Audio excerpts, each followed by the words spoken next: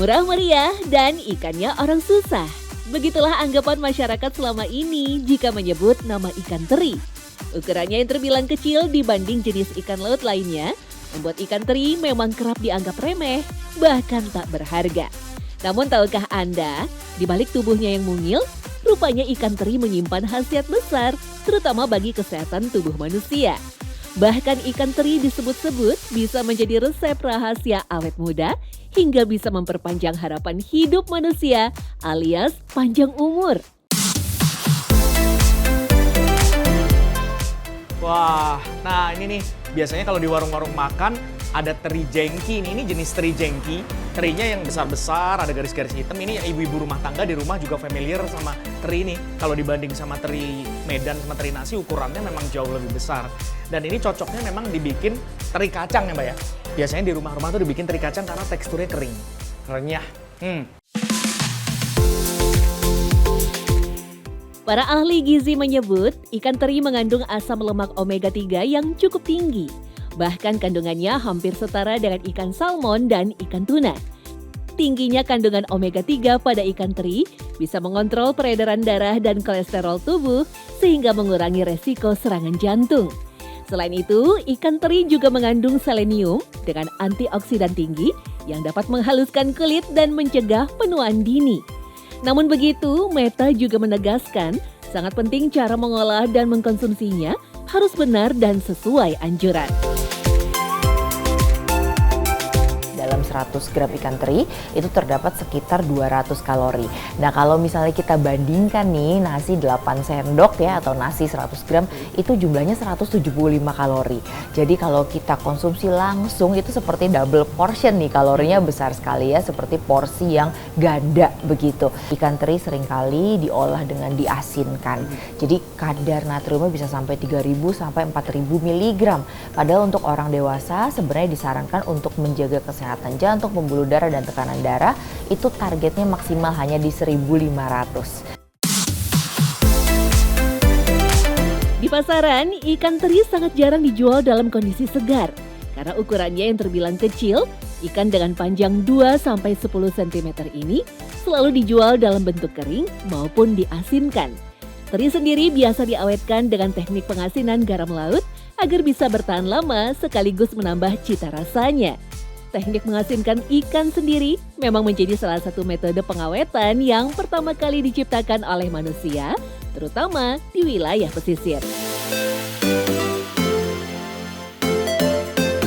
Kalau nggak salah 900 Masehi ya, 900 Masehi udah mulai orang membuat ikan asin ya, karena itu kan salah satu pengawetan yang ditemukan yang paling efektif zaman dulu ya. Bisa dilihat juga di negara-negara yang dekat laut itu pasti ikan yang diawetkan dengan garam. Kemudian kalau yang di dalam, jadi bukannya di dekat laut, tapi mungkin negara-negara yang tidak ada lautnya lebih ke daging. Setidaknya ada hampir 144 jenis ikan teri yang tersebar di perairan Samudra Atlantik, Hindia, dan Pasifik. Sehingga tak heran jika hasil ikan teri di Indonesia cukup melimpah. Setidaknya ada 3 jenis ikan teri yang lazim dikonsumsi oleh masyarakat Indonesia. Tak hanya karena rasanya yang nikmat, namun juga sudah terbukti manfaatnya. Ikan teri Medan, ikan teri nasi, ikan teri jengki, ada ikan teri Argentina, ada ikan teri Eropa, Australia, jadi macam-macam ya. Kalau ikan teri Medan kan halus, kecil, ya nggak? Jadi kalau kita masak juga dia cepat garing, ya nggak? Makanya itu menurut saya itu paling yang disukai ya, yang 3 itu teri Medan, jengki, sama nasi ya. Untuk cara mengolah ikan teri pun tidaklah sulit. Aprizal, seorang pakar kuliner Minangkabau menyebut bahan yang satu ini bisa diolah menjadi aneka masakan. Dari menu khas Jawa, Sunda, Minangkabau, sampai olahan khas daerah timur. Kuncinya hanya satu, yaitu proses menetralisir garam atau mengurangi rasa asin pada ikan teri. Sehingga rasa asin pada ikan teri akan berubah menjadi umami, yaitu rasa gurih yang khas saat dimasak dan dicampur dengan bumbu dan bahan-bahan lainnya. Yang pertama setelah kita bersihkan teri ini, yang paling penting adalah kita rendam dulu. Oh, harus direndam ya? Ya, kita rendam dengan air hangat. Oke. Dan supaya dia garam-garamnya itu keluar, Ya, terlepas. kita rendam dengan garam lagi. Oh, jadi Ya. justru diasinkan Ya, lagi? kita rendam lagi dengan Oke. garam supaya dia terpancing garamnya keluar. Ada juga yang menggunakan kertas buat mengeluarkan garam. Aprizal juga setuju jika ikan kecil yang banyak ditemukan di perairan pantai ini disebut sebagai superfood alias makanan sehat. Menurutnya, kini masyarakat sudah banyak yang merasakan manfaat dengan mengkonsumsi ikan teri. Cita rasa ikan teri pun tak pernah gagal meski diolah dengan berbagai cara dan campuran aneka bahan lain. Dari dibuat teri kacang yang crispy dan gurih, sambal balado ikan teri, sampai sekedar untuk campuran nasi goreng. Yang pasti semuanya enak dan bikin ketagihan. Teri itu menurut saya itu sangat penting ya, sangat penting di rumah makan. Karena teri itu di samping mudah mendapatkan, kemudian sangat mudah untuk mengolah. Sangat mudah untuk mengolah, praktis, kemudian membangkitkan selera. Orang ketika ini makanan itu aja, makan ayam, daging, mereka bosan. Mereka ketika disuguhkan teri, mereka malah yang diseleranya teri, malah yang dimintanya teri. Nah, makanya di rumah-rumah makan, apakah itu rumah makan Padang, dapur Sunda, atau warteg, atau Manado sekalipun, teri itu selalu menjadi menu yang diandalkan gitu. Agar tak bosan dengan olahan ikan teri yang hanya digoreng atau dibuat sambal, Aprizal membagikan beberapa resep ikan teri yang dijamin mudah dibuat sendiri di rumah. Salah satunya gulai sambat tanak. Bahan yang digunakan adalah teri jengki yang sudah direndam air dan dibilas sampai bersih. Lalu haluskan bumbu dasar seperti cabai merah besar, bawang merah dan putih, kemiri, lengkuas, kunyit, jahe, daun kunyit, daun jeruk, dan batang sereh.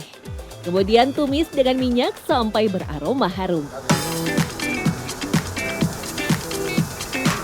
Setelah itu, masukkan teri jengki dan beberapa bahan tambahan lain sesuai selera, seperti kentang, telur puyuh, jengkol rebus, tempe atau tahu. Terakhir, tambahkan santan kelapa, gula, dan penyedap rasa. Lalu aduk terus sampai kuahnya mengental. Gulai sambat tanak teri ini cocok sekali nih disantap dengan sepiring nasi hangat. Selain itu, ada juga cangkok teri asam pedas, sambal burua, dan teri kentang balado. Wah, ternyata ikan teri juga bisa ya dibuat menjadi aneka menu istimewa seperti ini.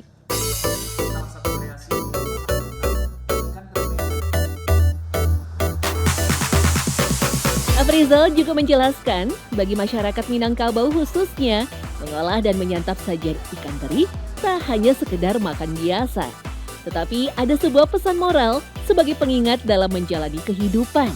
Ikan teri melambangkan kesederhanaan, kebersamaan, dan segala sesuatu yang besar pasti dimulai dari yang kecil.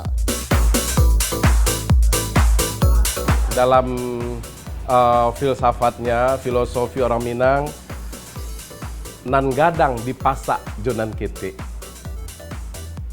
Artinya yang besar itu dia akan menjadi besar ketika dipasak oleh yang kecil. Dia akan didukung oleh yang kecil. Dia akan menjadi besar karena ada yang kecil. Nah, kemudian nan gadang bair yang jonan kete. Nah, jadi orang besar itu akan selalu diiringi oleh orang kecil. Jangan kita merasa besar sendiri padahal tidak ada terbukti besar karena nggak ada yang kecil di belakangnya. Nah, kalau sudah diiringi oleh yang kecil, barulah kita menjadi besar. Gitu. Ikan teri, ikan kebanggaan Indonesia. Dulu dianggap remeh, kini terbukti menjadi bahan makanan yang berkelas dan diperhitungkan. Secret Story mengungkap rahasia di balik cerita.